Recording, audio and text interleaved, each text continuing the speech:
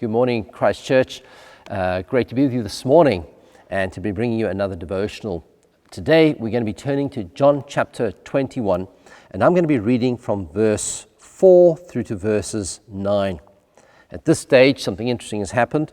Peter has denied Christ. We've seen the resurrected Christ, but Peter has almost left his call. He's gone back to fishing, and he decides to go fishing.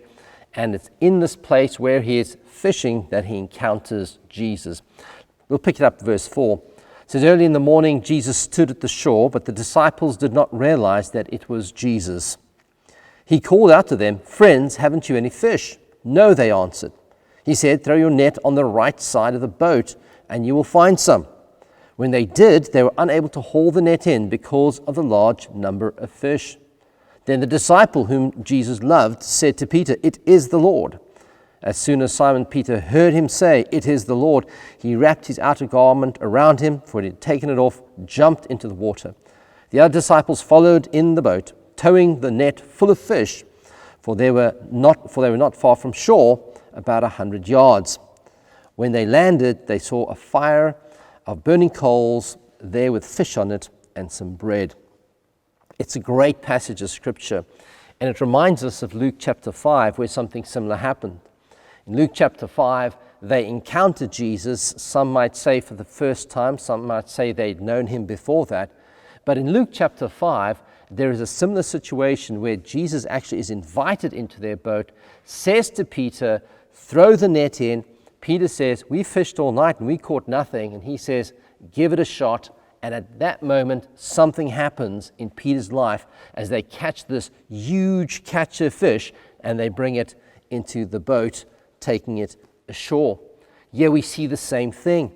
They're fishing, they hear a voice, throw the net in, something happens, they get this big catch of fish, and we see Peter's life is impacted again. There's so much we learn from this.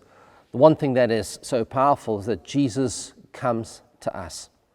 In Luke chapter 5, Jesus comes to Peter, not a man necessarily called, just an ordinary fisherman.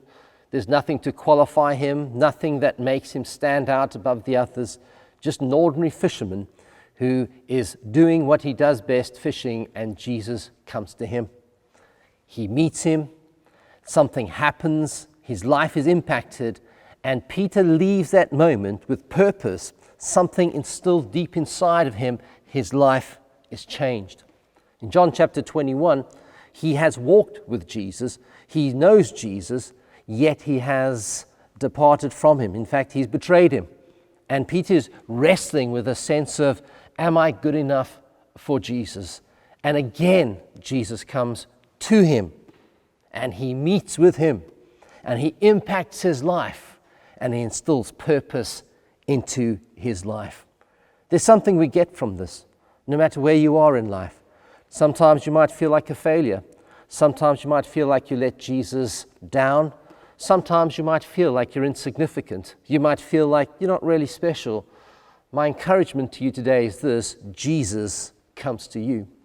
I think sometimes Jesus continually is pushing into us, but even like in John 21, where they look and see and hear this man on the shore and they don't recognize him, so often Jesus is coming to us, but we don't recognize him. My encouragement is look out for Jesus, because he is coming into your life. He wants to touch your life. He wants to impact your life. He wants to change your life. For you may be just going about your business as usual in Luke chapter 5. Maybe dealing with a sense of disappointment in your life. Maybe trying to pick up pieces from brokenness in your life. Jesus comes to you. All we need to do is be on the lookout and receive him when he comes. He'll touch our life, he'll impact our life, and he'll instill purpose into our life. Be blessed and be on the lookout for what Jesus wants to do in your life this week. God bless.